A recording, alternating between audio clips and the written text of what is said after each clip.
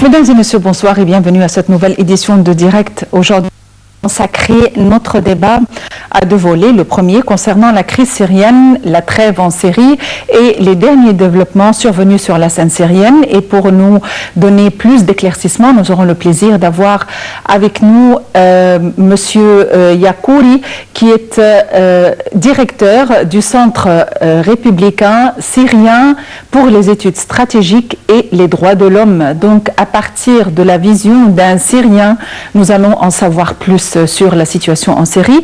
Aujourd'hui aussi, nous allons jeter un coup d'œil sur le tourisme en Égypte. Nous aurons le plaisir d'avoir avec nous M. Hazem Badawi, guide touristique. Et nous allons parler un petit peu des médias et de la perspective médias et marketing du tourisme en Égypte à partir de deux perspectives différentes, deux volets différents, celui de ceux qui sont pour le tourisme en Égypte et de ceux qui peut-être tentent d'avorter le tourisme en Égypte.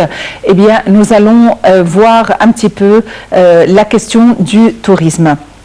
Mais avant de commencer nos commentaires et reportages, comme vous le savez, aujourd'hui, le chef de l'État a inauguré un nombre de projets en faveur notamment des personnes les moins favorisées, dont dans la cité Badr, à peu près 200 000 logements pour les personnes les plus démunies.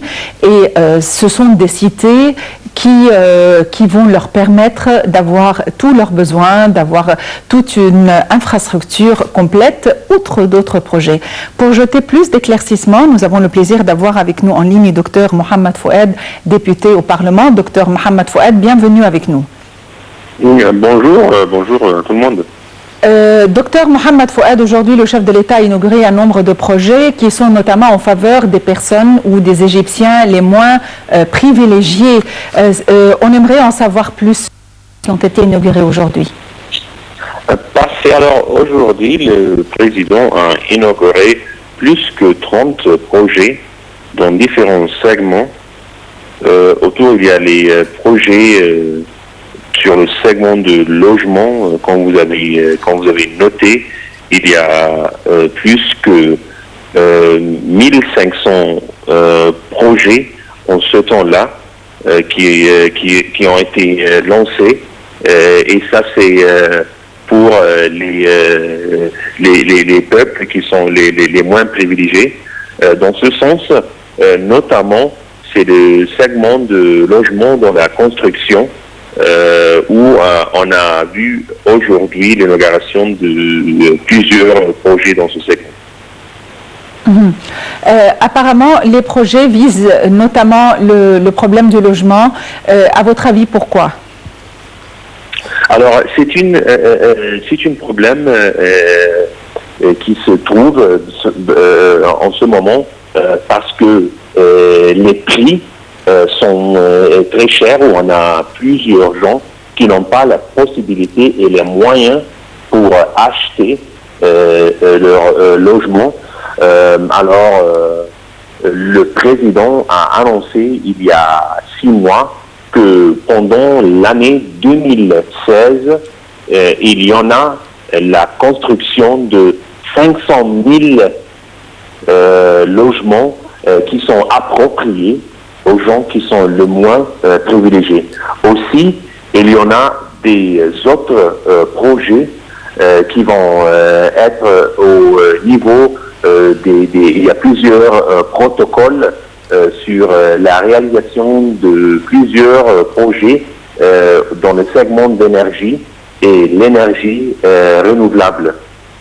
Et ça, c'est aussi ces projets portent sur le développement des projets dans les domaines éoliens et solaires avec plusieurs groupes français. Il y en a aussi plusieurs projets dans le développement des systèmes de l'irrigation où on a commencé plusieurs activités dans un montant de 1,5 milliard d'euros. Docteur Mohamed Fouad, vous êtes député au Parlement et nous savons que récemment il y a eu une polémique concernant les appartements dont les loyers sont très anciens, qui viennent dans la catégorie de ceux qui sont gérés par une loi concernant les anciennes habitations, les anciens loyers qui autorisent les locataires à y résider pour le restant de leur vie et à faire hériter l'appartement, à succéder l'appartement à un héritier. En fait, c'est vrai que cette loi protège ceux qui habitent les appartements, mais d'un autre côté, cette loi est un peu injuste pour les propriétaires des immeubles qui continuent à toucher des loyers incroyablement rabaissés par rapport à notre époque. Justement, puisque le chef de l'État a inauguré des habitations et a inauguré des bâtiments et des complexes de bâtiments, pensez-vous que cette loi a besoin de changements et d'amendements de manière à remédier aux problèmes d'habitation et aux problèmes d'appartements? Bien sûr, sans doute. Et parce que moi j'appartiens au WAFD Parti, nous sommes en ce moment en train de préparer un grand changement dans ce loi. Mais juste pour expliquer aux gens, ce n'est pas la fête qu'on veut prendre un appartement où quelqu'un habite pour le moment, mais il y a 3 problèmes distincts. Okay? Le premier problème, c'est le montant qui est payé, et ça, ce n'est pas grave parce que ce qu'on propose est d'avoir quelque chose à une échelle où on va plus ou moins augmenter un peu, on dit que disons 5 à 7% par an, ça c'est la proposition, mais le plus important c'est le deuxième problème, c'est le problème des appartements qui sont loyés, mais on a personne qui habite dans ces appartements-là. Fermés, effectivement. Et ça c'est la partie où le loi doit adresser ce problème-là. Le troisième problème, ce qui nécessite une intervention immédiate, c'est la fête des accords commerciaux. Par exemple, c'est un magasin où où le propriétaire touche 5 ou 10 livres par mois, autant que la personne qui occupe cette magasin-là, il n'habite pas en magasin, mais c'est quelque chose un établissement commercial. Ce type de relation doit aussi avoir un petit changement. Très bien. Docteur Mohamed Fouad, vous êtes député au Parlement. Merci d'avoir été avec nous aujourd'hui. Nous allons aborder notre dossier syrien sur lequel nous allons jeter la lumière en détail lors de notre partie débat. Sous le titre « Le groupe terroriste Daesh isole la ville de Palmyre », nous avons appris aujourd'hui que les terroristes du groupe Daesh ont infligé un revers à l'armée syrienne en isolant Palmyre moins d'une semaine après les célébrations par le régime et son allié de la reprise de la ville antique. Dans la ville d'Alep, dans le nord de la Syrie, en guerre depuis 5 ans, le calme est revenu mercredi après une nuit de bombardements alors que la fragile trêve temporaire devait expirer à minuit si elle n'était pas de nouveau prolongée. Les détails dans ce compte rendu.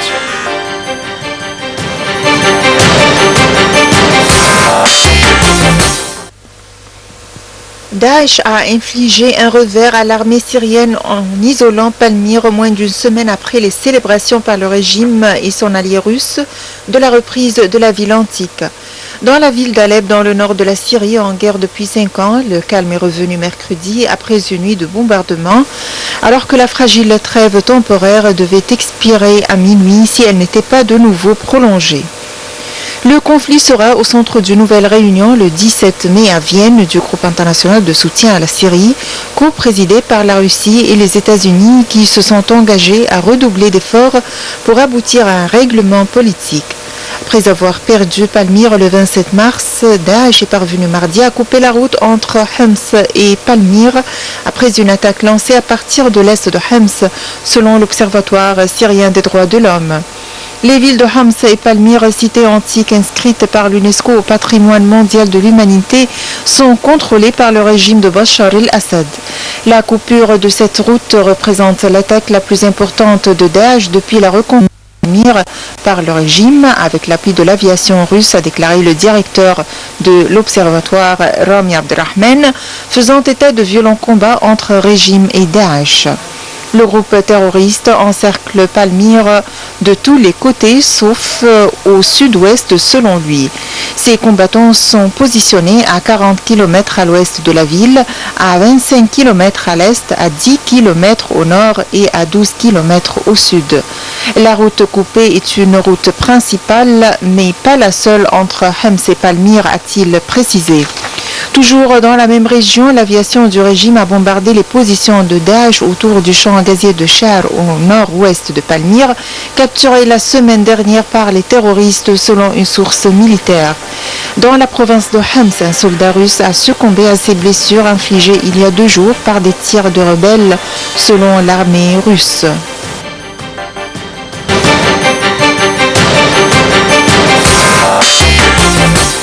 Concernant toujours le dossier syrien, il faut dire que le conflit sera au centre d'une nouvelle réunion le 17 mai à Vienne du groupe international de soutien à la Syrie, co-présidé par la Russie et les États-Unis, qui se sont engagés à redoubler d'efforts pour aboutir à un règlement politique. Après avoir perdu Palmyre le 27 mars, Daesh est parvenu mardi à couper la route entre Homs et Palmyre, près de l'aéroport militaire de Tias, après une attaque lancée à partir de l'est de Homs, selon l'Observatoire syrien des droits de l'homme OSDH. Passons à la crise migratoire. Et il faut dire que l'accord sur les migrants conclu entre l'Union européenne et la Turquie traverse un moment très dangereux, a mis en garde mercredi à Strasbourg un ministre turc, soulignant que son pays se refusait à modifier sa loi antiterroriste comme l'exigeaient les Européens. Les Européens exigent que la Turquie modifie plus de 50 articles concernant leurs différentes lois, notamment celles concernant le terrorisme. Est-ce que la Turquie sera capable de le faire ou pas? Et Bruxelles était le pays qui avait le plus de réserves parmi tous les pays de l'Union européenne. Voyons les détails dans ce compte rendu.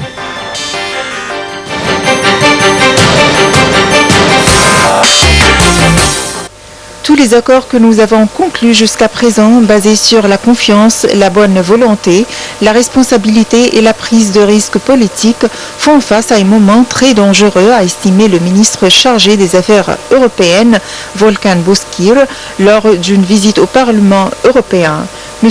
Bozkır faisait référence aux exigences européennes pour accorder une exemption de visa aux Turcs dans l'espace Schengen. La Commission européenne a ouvert la voie le 4 mai à cette exemption dont Ankara a fait une condition pour continuer d'appliquer son accord migratoire controversé avec l'UE.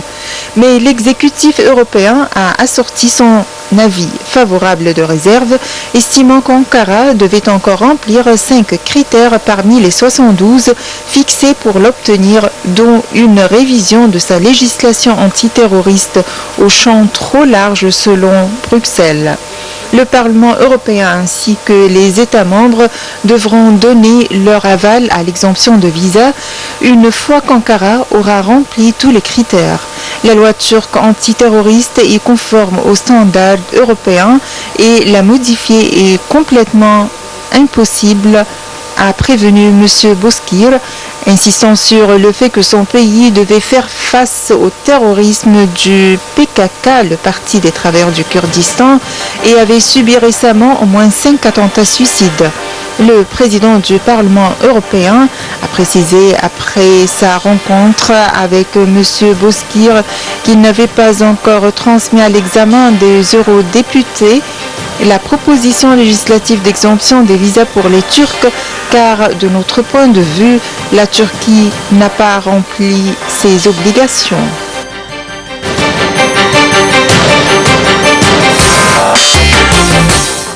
Passons à l'Ukraine et concernant le conflit en Ukraine, eh bien, pas de percée après une réunion à Berlin.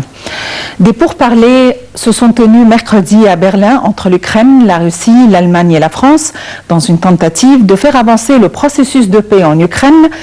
Eh bien, ces pourparlers se sont soldés sans percée notable, notamment sur l'épineuse question des élections des pays ou de l'Est du pays. Aujourd'hui, le bilan est resté mitigé, a déclaré le chef de la diplomatie allemande, Frank-Walter, à l'issue d'une réunion d'environ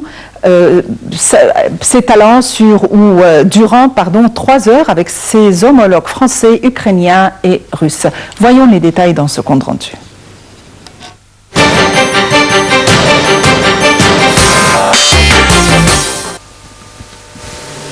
Les discussions sur le processus politique de règlement du conflit ont été difficiles et sans percée, a reconnu le chef de la diplomatie allemande, même s'il s'est réjoui que Moscou et Kiev aient travaillé de façon plus étroite dans le but d'un maintien du cessez-le-feu décidé fin avril pour la Pâque orthodoxe. Selon lui, un progrès a néanmoins été enregistré dans le domaine de la sécurité, notamment en ce qui concerne l'échange d'informations le long de la ligne de contact ou de nouvelles consultations entre l'OSCE et des experts militaires. Le ministre ukrainien des Affaires étrangères Pavlo Klimkin a rejeté sur Moscou la faute du piétinement des négociations, déplorant l'absence de volonté d'avancer des Russes. J'ai dit à Sergei Lavrov, son homologue russe, que nous sommes capables d'écrire la législation électorale ukrainienne nous-mêmes et que nous n'avons besoin d'aucun conseil, a-t-il indiqué. De son côté, le ministre russe a estimé que les pourparlers n'avaient pas connu de percée, faute d'un dialogue direct entre Kiev et les séparatistes. Nous n'avons pas pu avancer concrètement sur ces problèmes, car ces problèmes doivent se régler dans le cadre d'un dialogue direct entre Kiev, Donetsk et Lugansk, a-t-il dit selon l'agence Interfax. Avant la rencontre, M. Steinmeier avait pourtant espéré des avancées sur la tenue d'élections locales dans l'Est ukrainien qui nécessitent une nouvelle loi électorale votée à Kiev, alors que l'Ukraine insiste sur la stabilisation de la situation sécuritaire avant d'organiser un scrutin. L'Ukraine craint que Moscou ne se serve des élections pour déstabiliser encore l'Est et veut des garanties que le scrutin soit libre et sans violence. Nous avons besoin de vraies élections, pas d'une nouvelle farce, avait dit avant de quitter Kiev Pavlo Klimkin.